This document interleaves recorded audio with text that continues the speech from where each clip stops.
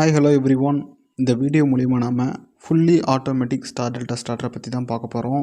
இதை எங்கே அதிகமாக யூஸ் பண்ணுறோம், இதோட கன்ஸ்ட்ரக்ஷன் எப்படி இருக்கும், இதோட கண்ட்ரோல் சர்க்யூட் டயக்ராம் இது எப்படி ஒர்க் ஆகும்னு சொல்லிட்டு இந்த வீடியோவில் நம்ம டீட்டெயிலாக பார்க்க போகிறோம். ஸோ வீடியோட ஸ்டார்டிங்லேயே வீடியோக்கு ஒரு லைக் கொடுத்துட்டு பார்க்க ஸ்டார்ட் பண்ணுங்கள். இந்த கண்ட்ரோல் சர்க்யூட் டயக்ராம்லாம் பற்றி தெரிஞ்சுக்கிறதுக்கு முன்னாடி நம்ம இந்த ஸ்டார் டெல்டா ஸ்டார்டரை பற்றி கொஞ்சம் தெரிஞ்சுக்கணும். ஸோ நார்மலாக நம்ம இந்த ஸ்டார் டெல்டா ஸ்டார்டரை வந்து 3 ஃபேஸ் இண்டக்ஷன் மோட்டரை ஸ்டார்ட் பண்ணுறதுக்காக யூஸ் பண்ணுறோம். ஸோ பெரும்பாலுமா இந்த ஸ்டார் டெல்டா ஸ்டார்டரை தவிர்த்து டியூவல் ஸ்டார்டரையும், அதாவது டைரக்ட் ஆன்லைன் ஸ்டார்டரையும் யூஸ் பண்ணி ஒரு மோட்டரை ஸ்டார்ட் பண்ணுறதை நம்ம பார்த்துருக்கலாம். இருந்தாலும் பெரும்பாலுமா எல்லா இடத்துலையுமே வந்து இந்த டியூவல் ஸ்டார்டரை அவாய்ட் பண்ணிட்டு ஸ்டார் டெல்டா ஸ்டார்டரை யூஸ் பண்ணுறாங்க. இதுக்கான முக்கியமான காரணம் என்னென்னு சொல்லிட்டு பார்த்தோம்னா, லோடு எங்கெங்கெல்லாம் கம்மியாக இருக்கோ அங்கெல்லாம் டியூவல் ஸ்டார்டர் யூஸ் பண்ணுவாங்க. அதிகமான லோடு எங்கெங்கெல்லாம் இருக்கோ அங்கே ஸ்டார் டெல்டா ஸ்டார்டரை யூஸ் பண்ணுவாங்க.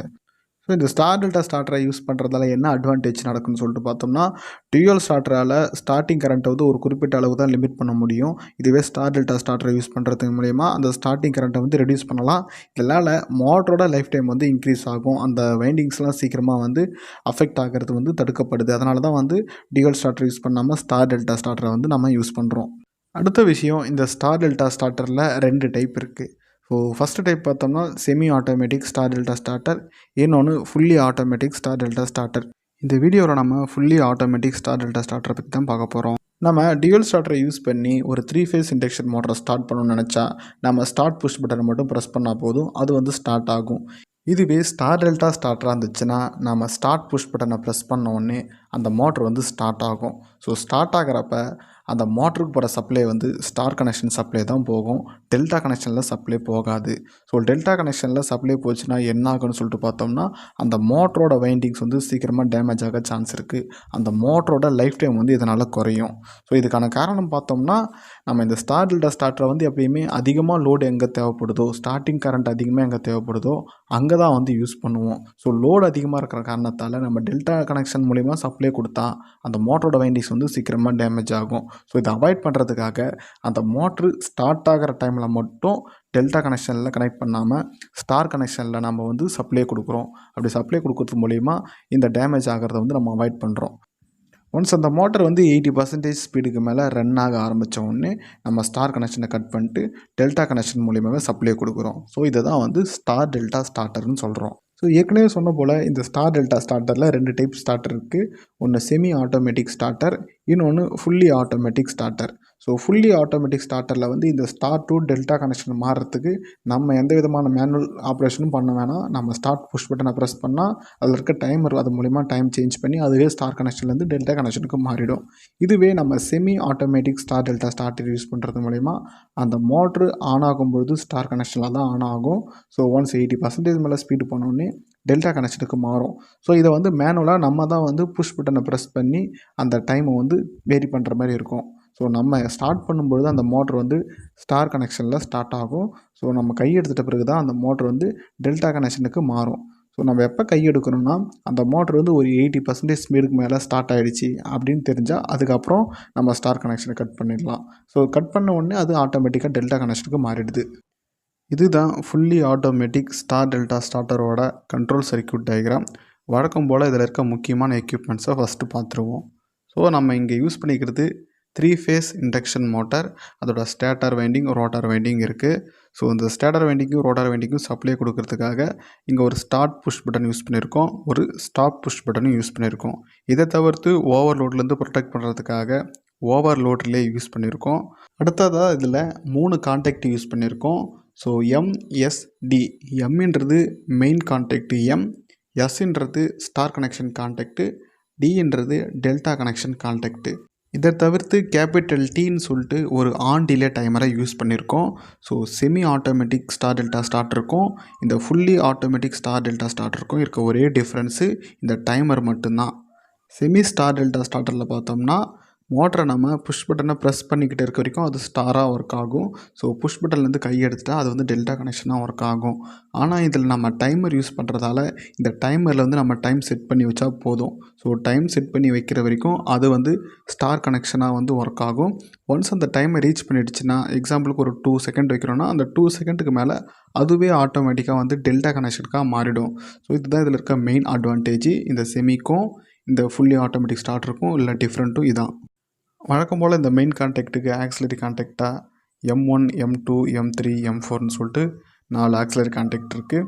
அதே போல் ஸ்டார் கனெக்ஷன் கான்டாக்ட்டுக்கு ஆக்சிலரி கான்டாக்டாக S1 S2 S3 S4 S5ன்னு சொல்லிட்டு 5 ஆக்சிலரி கான்டாக்ட் இருக்குது. அதே போல் டெல்டா டைப் கான்டாக்ட்டுக்கு ஆக்சிலரி கான்டாக்டாக D1 D2 D3 D4ன்னு சொல்லிட்டு 4 ஆக்சிலரி கான்டாக்ட் இருக்குது. நெக்ஸ்ட்டு இதோட ஒர்க்கிங்கை பார்த்துருவோம். ஸோ நம்ம புஷ் பட்டனை ப்ரெஸ் பண்ணுறோம். அப்படி ப்ரெஸ் பண்ணும் பொழுது சப்ளை டைரெக்டாக T1 D4 வழியாக எஸ் கான்டாக்ட்டுக்கு எனர்ஜைஸ் பண்ணுது. ஸோ எஸ் கான்டாக்ட் எனர்ஜைஸ் ஆகிறதால அதோட ஆக்சிலரி கான்டாக்டான S1 S2 S3 இது வந்து மோட்டரை ஸ்டார் கனெக்ஷனில் ஜாயின் பண்ணுது. அதே சமயத்தில் S4ம் கான்டாக்டை க்ளோஸ் பண்ணுது. S4 க்ளோஸ் ஆகிற காரணத்தால் S4 வழியாக வர மெயின் சப்ளை பவரு கான்டாக்ட் எம்முக்கு போகுது. ஸோ கான்டாக்ட் எம் இப்போ எனர்ஜைஸ் ஆகிட்டு மெயின் கான்டாக்ட் எம் கூட இருக்க ஆக்சிலரி கான்டாக்டான M1 M2 M3 இது மூணுமே வந்து சர்க்யூட்டை க்ளோஸ் பண்ணுது. இப்படி சர்க்யூட்டை க்ளோஸ் பண்ணுறது மூலிமா வந்து மெயின் சப்ளை வந்து மோட்டருக்கு போகுது. இதே சமயத்தில் எம் கான்டாக்ட்டுக்கு சீரியஸாக இருக்க இந்த சீலிங் கான்டாக்ட் M4 இதுவும் க்ளோஸ் ஆகுது. இதனால் தொடர்ந்து சப்ளை வந்துகிட்டே இருக்குது. மோட்டர் வந்து ஸ்டார் கனெக்ஷனில் ஃபஸ்ட் இனிஷியலாக ஸ்டார்ட் ஆக ஆரம்பிக்குது. ஸோ இந்த சமயத்தில் நம்ம யூஸ் பண்ணியிருக்க ஆண்டில டைமரும் எனர்ஜைஸ் ஆகிட்டே இருக்கும். இதே சமயத்தில் S5 கான்டாக்ட் வந்து ஓப்பன் ஆகுது. ஸோ S5 ஓப்பன் ஆகிற காரணத்தால் டி எக்காரணத்தை கொண்டு எனர்ஜைஸ் ஆகாது. ஸோ இது டி எனர்ஜைஸ் ஆகாமல் இருக்கிறதுக்காக S5 வந்து ப்ரிவென்டிவ் இன்டர்லாக் மாரி ஒர்க் ஆகுது. ஏற்கனவே சொன்ன போல் இந்த டைம் பீரியடில் நம்ம யூஸ் பண்ணியிருக்க ஆண்டில டைமர் அது எனர்ஜைஸ் ஆகிட்டே தான் இருக்குது. ஸோ ஒன்ஸ் இந்த மோட்டர் வந்து ஸ்டார்ட் பொசிஷன்லேருந்து ரன் பொசிஷனுக்கு மாறி இப்போ வந்து கிட்டத்தட்ட 80% ஸ்பீடுக்கு மேலே ரன் ஆகிட்டு இருக்குது. அந்த சமயத்தில் நம்ம வந்து ஆண்டில டைமரில் டைம் செட் பண்ணி வச்சுருக்கோம். ஸோ அது என்ன பண்ணணும்னா எனர்ஜைஸ் ஆகிட்டு T1 ஓப்பன் ஆகுது. ஸோ T1 ஓப்பன் ஆகிற காரணத்தால் மெயின் சப்ளை வந்து நம்ம யூஸ் பண்ணியிருக்க எஸ் கான்டாக்ட்டுக்கு போகாது. இதனால் எஸ் கான்டாக்ட் வந்து டிமேக்னெட் ஆகுது. இது டிமேக்னெட் ஆகிற காரணத்தால் நம்ம ஸ்டார் கனெக்டில் கனெக்ஷன் பண்ணி வச்சுருக்க S1 S2 S3 இது மூணுமே வந்து ரிலீஸ் ஆகுது. இது ரிலீஸ் ஆகிடுச்சுன்னா ஸ்டார் கனெக்ஷன் கட் ஆகிடுது. அதே சமயத்தில் சைமல்டேனியஸாக நம்ம யூஸ் பண்ணியிருக்க M4 கான்டாக்ட் வழியாக மெயின் கான்டாக்ட்டுக்கு தொடர்ந்து சப்ளை போகிற காரணத்தால் மோட்டார் ரன் ஆகிட்டு தான் இருக்கும். M4 கான்டாக்ட் க்ளோஸ் ஆகிற காரணத்தால் S5 கான்டாக்ட் க்ளோஸ் ஆகுது. ஸோ S5 கான்டாக்ட் க்ளோஸ் ஆகிறது மூலிமா நம்ம யூஸ் பண்ணியிருக்க இந்த டெல்டா கான்டாக்ட் வந்து எனர்ஜைஸ் ஆகுது. ஸோ டெல்டா கான்டாக்ட் எனர்ஜைஸ் ஆகிற காரணத்தால் அதோட ஆக்சிலரி கான்டாக்டான D1 D2 D3 இது மூணுமே வந்து கனெக்ட் ஆகுது. இதனால் மோட்டர் இப்போ டெல்டா கனெக்ஷனுக்கு மாறுது. அந்த சமயத்தில் D4 கான்டாக்ட் ஓப்பன் ஆகுது. இந்த D4 கான்டாக்ட் ஓப்பன் ஆகிறது மூலிமா எஸ் கான்டாக்ட் அதாவது ஸ்டார் கனெக்டட் கான்டாக்ட் வந்து எனர்ஜைஸ் ஆகிறது தடுக்கப்படுது. இதனால் இந்த சமயத்தில் டி கான்டாக்ட் மூலியமாகவும் எம் கான்டாக்ட் மூலியமாகவும் சப்ளை போயிட்டு இந்த மோட்டர் வந்து டெல்டா கனெக்ஷனில் ஒர்க் ஆகுது. ஸோ இந்த மோட்டர் நம்ம ஆஃப் பண்ணணும்னு நினச்சோன்னா ஆஃப் புஷ் பட்டனை ப்ரெஸ் பண்ணுறது மூலிமா டெல்டா கான்டாக்ட் டிக்கும் எம்முக்கும் வர மெயின் சப்ளை தடுக்கப்பட்டு இந்த மோட்டர் வந்து ஆஃப் கண்டிஷனுக்கு போகுது. ஸோ இப்படி தான் இந்த ஸ்டார் டெல்டா ஸ்டார்டர் வந்து ஒர்க் ஆகுது. இந்த வீடியோ உங்களுக்கு பிடிச்சிருந்தா வீடியோக்கு ஒரு லைக் கொடுங்க. நம்ம சேனலில் எலக்ட்ரிக்கல் சம்மந்தமான வீடியோஸ் தான் தொடர்ந்து போஸ்ட் பண்ணிகிட்ருக்கோம். நான் போடுற வீடியோஸ்லாம் உங்களுக்கு பிடிச்சிருந்தா நம்ம சேனலை சப்ஸ்கிரைப் பண்ணி வீடியோ தொடர்ந்து பார்த்து உங்கள் சப்போர்ட்டை நீங்கள் தொடர்ந்து கொடுங்க. மீண்டும் ஒரு நல்ல வீடியோவில் சந்திப்போம். நன்றி, வணக்கம்.